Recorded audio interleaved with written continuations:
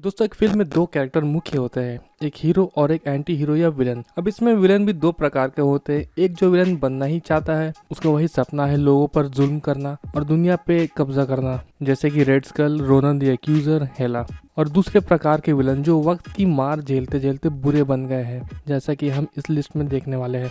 अगर चैनल को अभी तक सब्सक्राइब नहीं किया तो कर लीजिए।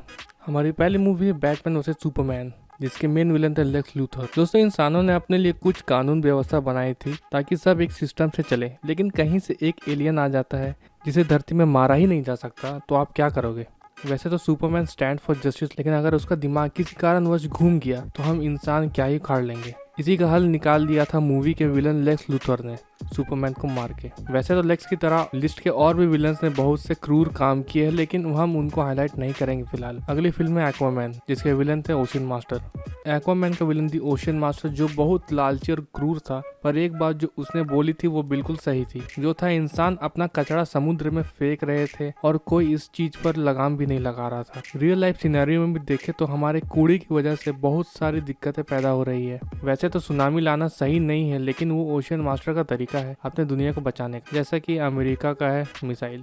लिस्ट में अगले नंबर पे है एक्समैन सीरीज।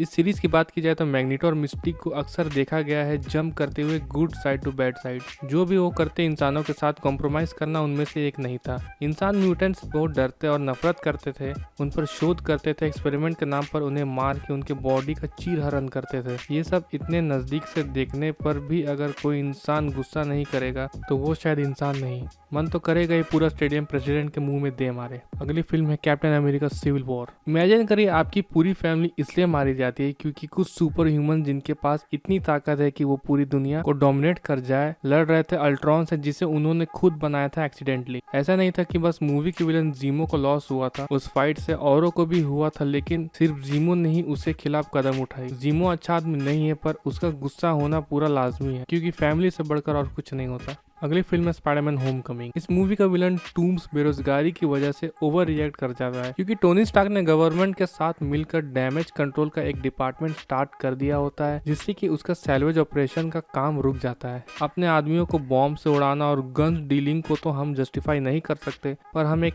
एआई रोबोट जिसने न जाने कितनों की जान ले ली उसे भी तो जस्टिफाई नहीं कर सकते। अगली फिल्म है fantastic four rise of the silver surfer. Silver surfer को डायरेक्टली एक विलन बोलना थोड़ा गलत होगा क्योंकि वो तो बस एक पपेट था गैलेक्टस का। उसने सर्फर को धमकी दी हुई थी कि अगर वो अपना काम ठीक से नहीं करेगा तो उसके प्लेनेट और उसके परिवार को मार दिया जाएगा। वैसे तो सर्फर की वजह से काउंटलेस जाने गई, पर वो भी मजबूर था अपने फैमिली के लिए। लास्ट में अर्थ को बचाने के लिए उसने अपनी जान भी दे डाली। अगली फिल्म है Avengers Infinity War. Thanos as a villain या कैरेक्टर बहुत ग्रैंड है। इस मैड टाइटन ने बहुत प्लैनेट्स को जीता, अपनी बेटियों को टॉर्चर किया और मोस्ट ऑफ ऑल आधे यूनिवर्स को धूल बना दिया। ये सब क्यों? क्योंकि वो गैलेक्सी का रूलर नहीं बनना चाहता था। वो सिर्फ चाहता था कि हर एक क्रिएचर को पर्याप्त रिसोर्स मिले जो ओवर पॉपुलेशन की वजह से धीरे धीरे कम हो रही थी। अगली फिल्म है ब्लैक पैंथर। एरिक किलमोंगर हम कह सकते हैं एक ट्रेजिक विलन है। वक्त और हालात ने उसे वो बना दिया था जो उसने कभी भी एक्सपेक्ट नहीं किया होगा। किलमोंगर भी वकांडन थ्रोन का कॉम्पिटिटर था, पर उसके पिता टीचाका अपने लोगों की मदद करना चाहते थे वाइब्रेनियम एक्सपोर्ट करके। ये बात पता लगते ही उन्हें मार दिया जाता है और किलमोंगर को कैलिफोर्निया फेंक दिया जाता है एक छोटी सी एज में। अब ये सब देखने के बाद भी उसके दिल में बदले की भावना लाजमी थी, लेकिन अश्वेत लोगों के लिए उसका जंग लड़ने का तरीका वायलेंट था, लेकिन देखा जाए तो शायद वही एक तरीका था। राजा बनने की सारी खूबियां उसके पास थी, लेकिन उसको सपोर्ट करने वाला कोई नहीं। अगली फिल्म है डार्क नाइट। जोकर बेशक एक आइकॉनिक विलन था जिसने बैटमैन को साइकोलॉजिकली बर्बाद कर दिया था, लेकिन दोस्तों जोकर ये सब कोई शौक पूरा करने के लिए नहीं कर रहा था। किसी की एक्शंस उसके पास्ट को दर्शाती है। इस केस में जोकर गौथम के सारे करप्ट ऑफिशियल्स और विलन को एक एक करके मार रहा था, क्योंकि जब गवर्नमेंट के ही लोग करप्ट है तो आम आदमी क्या करे। ऐसा जोकर ने बचपन में ही एक्सपीरियंस कर लिया था और जिसमें उसकी गलती तक नहीं थी।